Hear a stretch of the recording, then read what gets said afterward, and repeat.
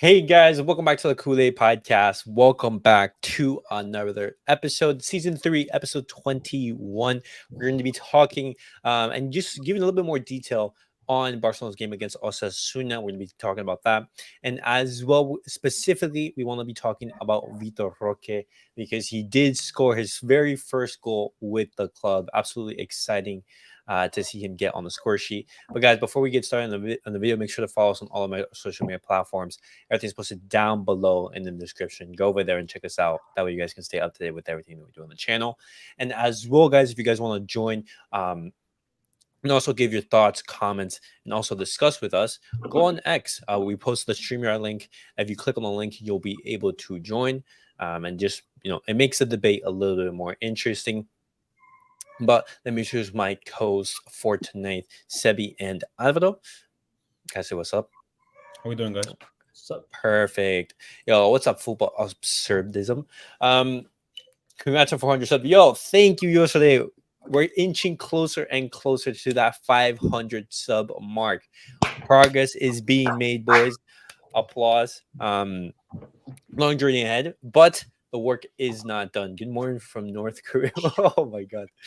Yeah, that's wild. Yeah, bro. The guy has access to the internet. He got that's Wi-Fi wild. there, dog. Exactly, he has Wi-Fi. That's wild. But guys, I didn't get your thoughts on Barcelona's game against Osasuna. Vitor Roque, he did get his first goal, and overall, I gave my reactions yesterday. I don't think it was a relatively good performance from Barcelona. It was relatively more of the same as always.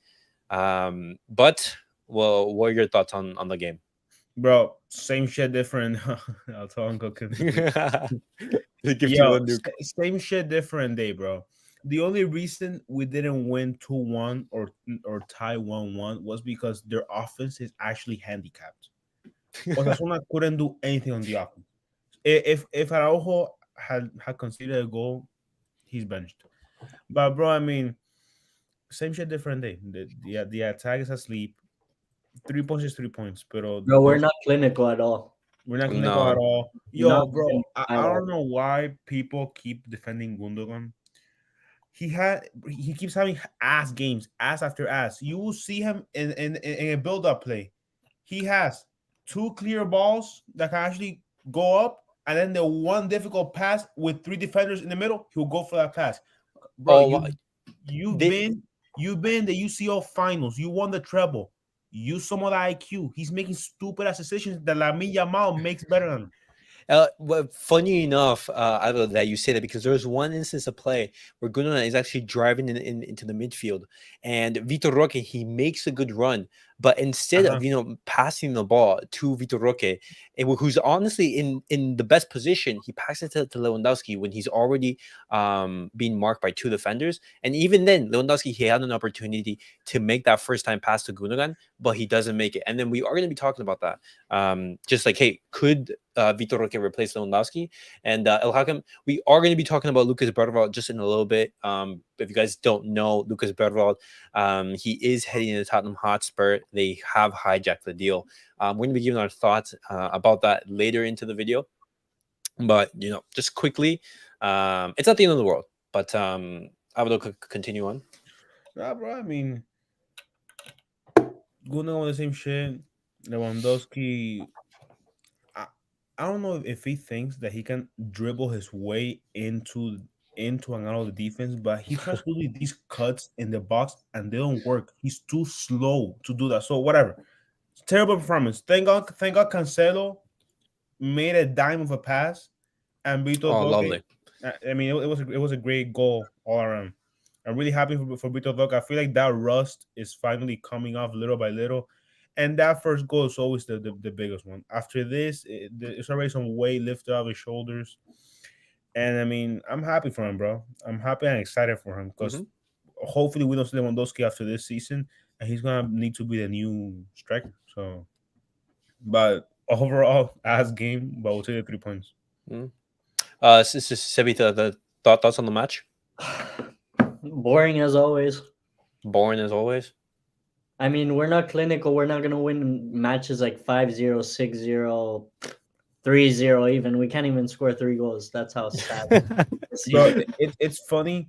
that the most exciting aspect of the game is when Lamine Yamal takes on a one-on-one down the wing.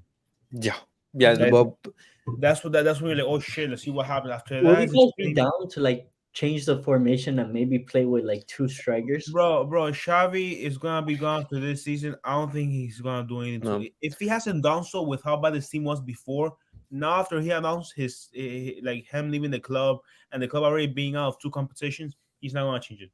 Well, I mean, speaking on that, speaking on this comment, Xavi will play him in left wing. Don't expect anything big from Vitor Roque. Well, I mean, I actually disagree with that at some point. I do think that, in what I don't want to see Xavi doing, honestly, is because Lewandowski, he is that striker, and because like he trusts you and he wants you to stay as a coach. For Xavi to play Lewandowski constantly and have Vitor Roque in that left wing. Because now that you have Ferran Torres, who's out for about a month, it's most likely that he's going to miss the games against Napoli. You have Joao Felix, who's as well, out for a couple weeks. And then you have Rafinha injured as well. You Can I only just ask basically, a question? what happened? When did Joao Felix get injured? I literally saw him It, play last week.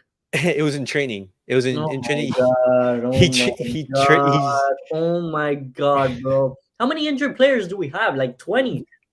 we currently have I Like think it 20, was no? At 10. least 10. It's 10. It's 10. No, It's 10 that's players. embarrassing. The Yeah, medical team has to get sacked.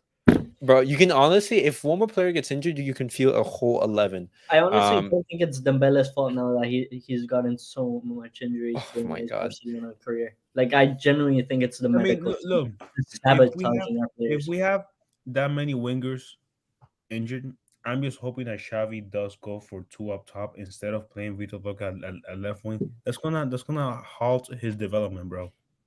If you can tell, he's great running into positions. He knows where to be at the right time, like in this goal. He knows how to set up for the goal. He's not gonna be taking a one-on-one down the wing. So him Xavi putting him at left wing, hopefully doesn't happen. It's just stupid as shit. You can't just put someone that came into the club to be the next big thing as striker to play left wing because you're stubborn to not take on Lewandowski. Play two up top. Play Yamal and Lewa. Yamal and Roque. Don't play him on left wing. Bro, no way that's true. No way a member of the medical team actually got injured in one of the seasons. Nah, Bro, that's it's genetic, bro. bro. Someone who doesn't who's not even on the football pitch gets injured. Nah, that's absolutely. There's no way that's true. Um, but guys, looking at Vitor Roque's performance, Vitor Roque in that 30 minutes that he was actually onto the pitch, I thought he played phenomenally well. You saw him in basically 10 minutes do more than Lewandowski that he's done for in the past 3 or 4 matches. And you He's know done what he more than does? Lewandowski in those He's hungry. He wants And you to know what he play. does? You know what he What? does? Scores. He presses. Yeah, He that's presses the ball. And he's hungry. He Bro, wants to prove himself. He Yeah. wants to play. He He- wants the he's- minutes. He's That's what very you need in a squad. exactly. He's very intense. He will drop back for defense. You saw where he was playing at towards the end of the game. yeah. And bro, like you see that the intensity is there, and the guy will do anything it takes to win, and he does press better than And he anyone. almost gets a red card every single game that he Yeah. gets on. That's And what you want to see. we need him to be that in levels of intensity. What Gavi is to the midfield, we need him to be that for the attack. And that's what he offers. Just look at this, guys. In the first 10 minutes in which Vitor Roque just came in, he got a goal. He got shots off. He got one of Osasuna's defenders a second yellow, which got them sent off. And then he also almost created 2 or 3 key cut chances in which Barcelona could have scored. In those couple of minutes, he's already done more than what Lewandowski has done. And looking at this stat really quickly, guys, let me show you this right here. Unfortunately, it's in Spanish, but I'm just going to translate it for you guys. But expected goal in the last 6 Barcelona matches.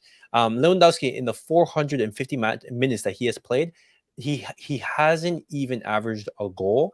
It's a 0.83 expected goal. He scored 2 goals. And Vitor Roque in 154 minutes, he basically averages an expected goal of 3, And look, and he has gotten a goal.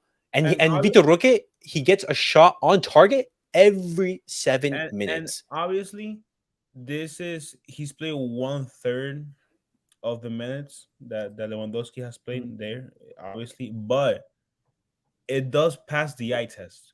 When you see him in the game, you see that his involvement in the attack is way more intense than Lewandowski's. So No, but this is actually just something that I'm really like. If Hansi Flick he does come to Barcelona, this is something that can actually like transform our players. But guys, why do you guys think our players get injured so often? Because now it's another player They're weak, who bro. They're weak.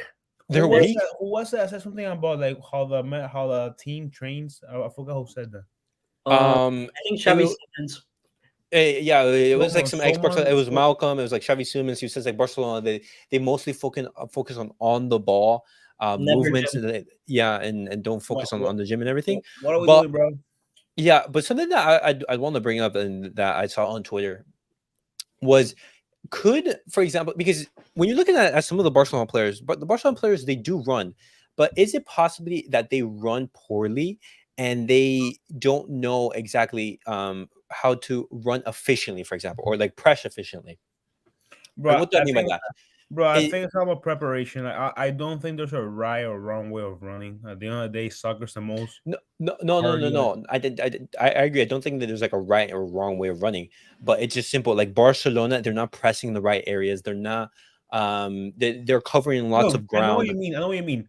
Barca Yeah, spends most of the game catching up to the player yeah, than playing more comfortably. I understand what you mean, no.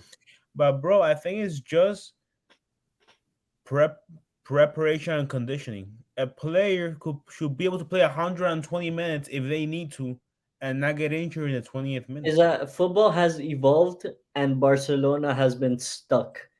No, I understand. Barca back then, not Barca back then. Football back then, players were way more capable of playing 120 minutes. Nowadays, there's a reason why we have 5 subs, but it's crazy. Yeah, But why do you think Argentina one of the main reasons they won the World Cup? Because those people run like yeah. they run. De Paul. Are you telling me De Paul? He's a good player, but he's not technical. He's not like super technical, super good. Okay. He's Yeah, like bro. he's an Look, averagely good player, but he runs like hell. He presses like hell. He Hmm. helps the team. No one in Barcelona does that. and look what Andres said. That Yeah. injury is mostly due to poor training. It's not gonna be due because of the way you're running on the field, or if you're running too much or too little. It's literally just preparation to the game. Exactly. But it's preparation. But also, like for example, the reason why I said is just like Barcelona, they're not setting up correctly, and like they're not covering the exact right areas on the pitch. Like I'm just saying, like this is something that's like that how you prepare the matches, like just understanding like where should Barcelona, have those sprints, where should Barcelona cover Yeah, positions. I'm looking at Um, something on my phone regarding yeah. Barca. Let me see something. Cause But bro, but guys, go ahead, go ahead. thoughts on Lewandowski and Roque playing together, playing That's what I'm off each saying. other? Maybe Could a this double work? striker. Could this work? It is an option for Xavi. However, looking at how limited our Barcelona attack is at the moment, I would much rather have, for example, just have Vitor Roque and Lamine Yamal playing, and have Lewandowski off the bench to come as a super sub. Do Wait, you wait, remember wait. when Luis Enrique used to play a 3-5-2 formation? A 3-5-2. Yeah, see, but that was like obviously when like you had MSN and everything. But guys, I want to look at Vitor Roque's Wait, before you start, yeah. I'm looking right now. Please in the comments prove me wrong. Happily prove me wrong. I used to see years ago, not too long ago, like 2 3 seasons ago, Barca's Instagram and Twitter, they'll be posting a lot about like the players on bikes, like the players doing strength training and shit like that. I only see this shit now. Look, all I see is on ball training, and which is what people are saying. I don't see them doing like any bike workouts, any treadmill. It's just doing this shit. And if you scroll through their account, it's just them like in training. I don't know if it was under Coleman or under early Xavi. I would see more preparation in the like in practice. I mean, maybe it's just me, bro, but it could very well not be a coincidence. Okay. Yeah. But guys, I wanted to talk about this right here. This is Vitor Roque's first words after scoring the goal, and then let me zoom in for you guys so you guys can see it. But let me. Muchas gracias. Muy contento There por we mi go. primer gol y ahora seguir peleando por liga. Es un sueño hecho realidad, marcar mi primer gol en Montjuic con todos los aficionados acá. Entonces me quedo muy contento por todo, por el gol, pela vitória. Bien, trabajando día após día para seguir ayudando lo máximo que puedo a Barcelona. Muy contento por todo. Yo no imaginaba que aficionados iba gritar mi nombre, entonces muy contento por todo. Anit, tudo bem? Well, there we go. Muito obrigado. And Right, then yo, and he looks like a very humble kid. yeah, he does. Like honestly, when I saw Vitor Roque having that presentation, I was like, guys, this is something that a player that we have to protect and make sure he succeeds at Barcelona. Bro, and some Because kid when they score their first big goal for like their first goal for a big club, like they celebrate like everybody else celebrates. He was about to cry when he scored the first goal, and then he got like on his knees to like thank God. Like you can tell that he has a lot of passion into this, and I mean, wait, he can you guys hear that or no? no. You guys can't hear that? Okay, Yeah. then never mind. But just thoughts on Vitor Roque's first words, or just like on what he can bring for Barcelona. Because as I said, he offers something that Lewandowski can. He offers that, that dynamism in attack. The stat that I brought up shows saying like, hey, if he gets one shot on target every 7 minutes, that's phenomenal. And what Lewandowski, he takes like almost 450 minutes to get a shot on target. And on top of that, he only has, less than one goal, expected goal per game. That's abysmal. I definitely think in these next upcoming months, especially with our players up top injured, Ferran Torres, Joao Felix, Rafinha, he could definitely be developing as a player, and it's going to be interesting to see how Xavi decides to basically handle Vitor Roque, because if Vitor Roque pops off and Lewandowski isn't up to par, it's most likely that he could replace Lewandowski up top. I don't think he'll replace him though. Impossible. You don't think so? I don't think Xavi has the balls. Guys, and then like he's not gonna succeed if he's like that. He's not gonna succeed. And to answer someone's previous comment saying why can't we just play Leo and Vitor Roque up front up top, that's if two things happen. Either you play Vitor Roque on the wing, which cannot happen, or you bench Yamal, who has been playing better than Lewandowski, and he has been playing better than Vitor Roque because he's got more minutes. Yeah, I don't know why this isn't the case. Or you can switch formation. Yeah. Well, I mean, that's definitely an option. But Ole as a free agent manager, how about him to replace Xavi? Guys, thoughts on Ole as a manager? Personally, I am definitely not getting Ole just because I think he's a worse version of Xavi.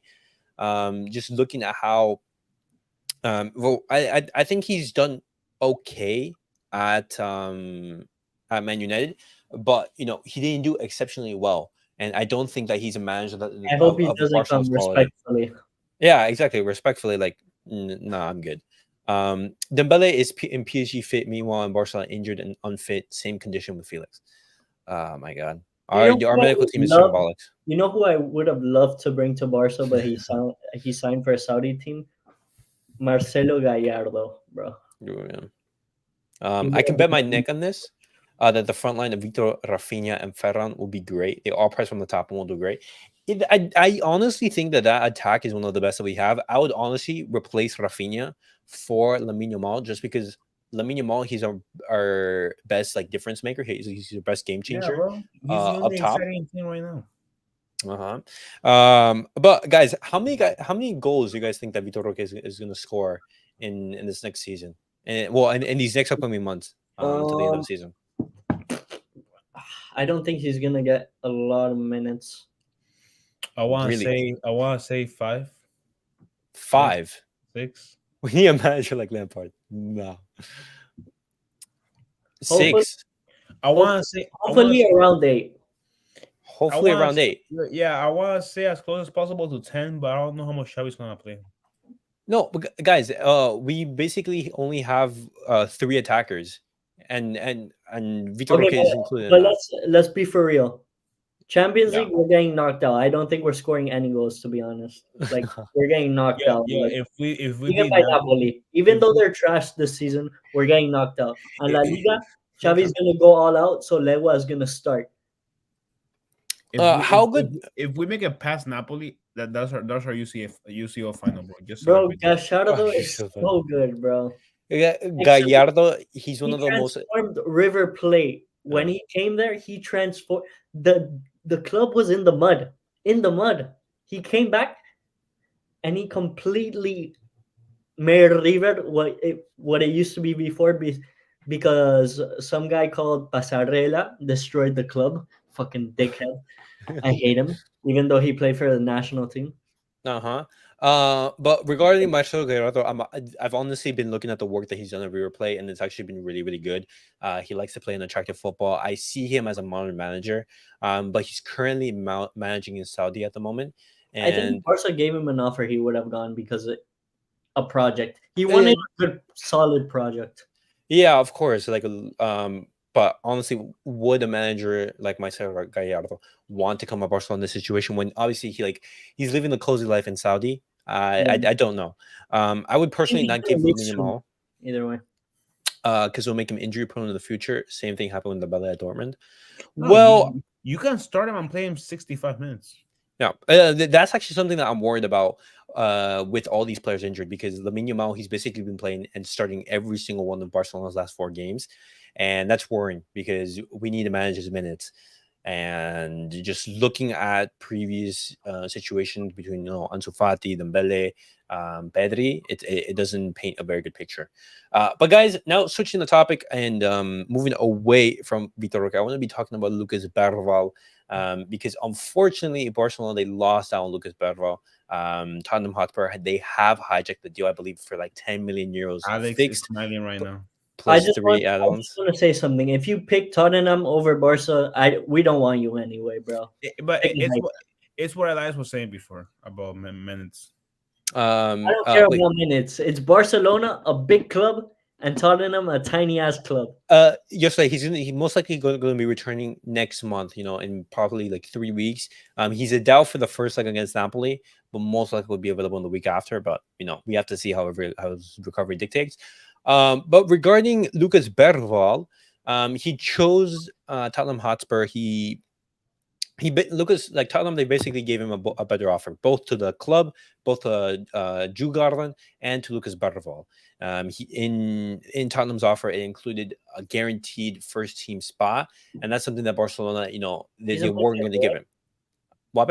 He's a midfielder, right? Yes, he's a midfielder. Like he can play like a left midfielder, I feel like they're a lying to him cam. because Tottenham has so many midfielders too, as well. Well, Yeah, I mean, Or but I middle, mean, but like he's not gonna play like yeah, no, I mean not gonna start. they have decent midfielders, but they don't have that much depth, and they're not the caliber of the Barca midfield. I mean, he's gonna be a sub anyways. Yeah, yeah. Lucas Bergman was my dream signing. He's very press resistant and would have done a great help in our midfield. But it is what it is. It's not going to be bitter and trash him. Of course, obviously, like I think Lucas Bergman, he was looking at all like the different factors. Hey, Tottenham, they're offering me first team minutes in Barcelona. That was not going to be guaranteed.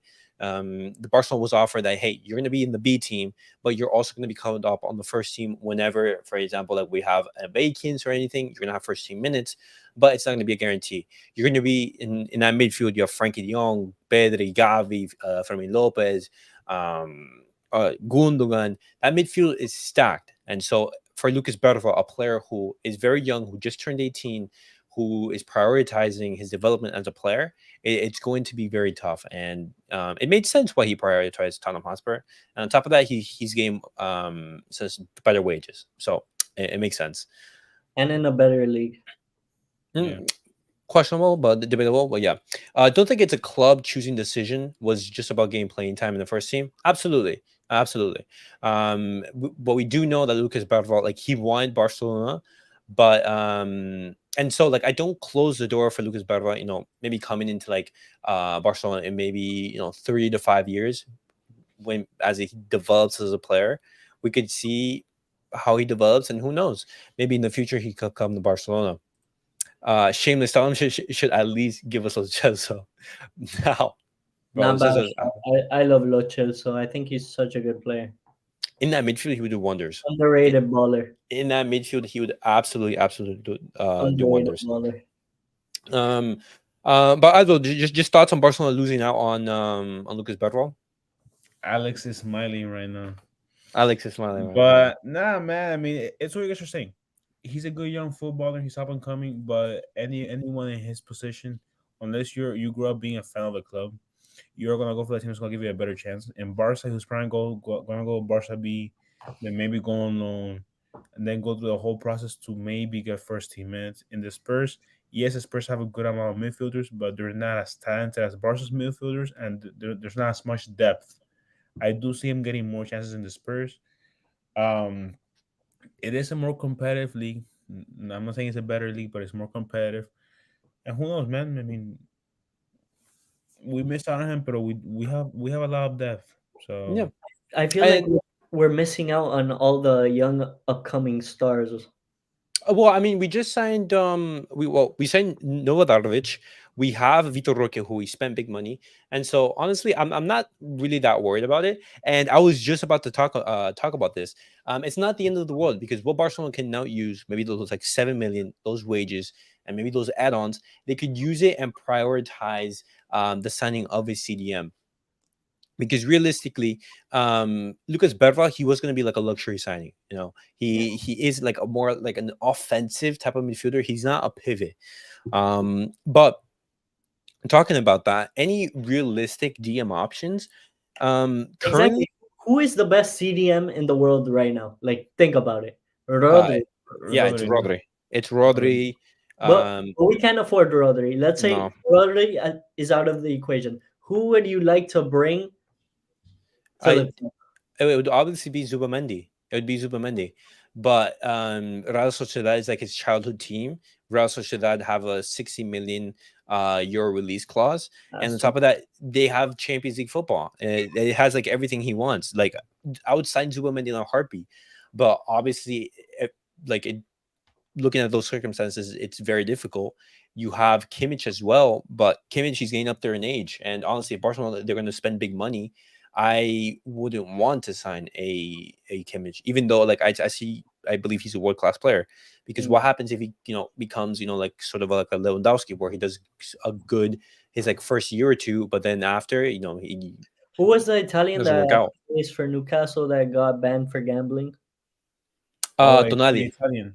Who? Tonali. He was up and coming. Yeah. But still, it's like big money to sign Tonali. By the way, off topic, Rakitic leaving Sevilla and going to Saudi. The guy is very underrated player of his generation and was wrongfully hated at Barcelona. Um, guys, thoughts on Rakitic? I liked Rakitic when he played. He was a very good midfielder. I Honestly, like. see, I didn't understand the hate. Like everyone Yeah. got hate in Barcelona. To be honest, no, after 2015. because I understand why Rakitic he got the hate because I was actually one of the players. I never hated on the guy, but I did see his performances dip, and I definitely agreed that it was time for him to go because when Rakitic left, he was one of the highest earners at the club. And looking at the performances and what he offered, Barcelona they had to offload him. It was that simple. You know And what? Remember that he came into Barca after Xavi left. So I mean, he started getting starter minutes once Xavi left. So I mean, it's kind of unfair to You know hate who him. would I get back? Paulinho, bro. oh, Paulinho, it was one of those like Coach, underrated signings. Yeah, those underrated coach signings. signing for Barcelona. Yeah, one of the few signings that Bartomeu actually got right. Kimmich is more of a right back than the CDM. Personally, like that. There you go. Another caveat to the Kimmich deal. This is why, like Barcelona, their plans, it's to make a big money move signing in the summer, especially in the midfield. And But looking, here's the thing: we don't know who the new coach is gonna be. Maybe a new coach doesn't want to play a style of football that requires a world class stadium. I was looking at the free agents, and they're actually there aren't that many that are actually like interesting. Um, looking at them, it's not something that's particularly exciting. Yeah. But obviously, Barcelona, they should keep an eye on free agents, but who knows? It's like, so someone pops up.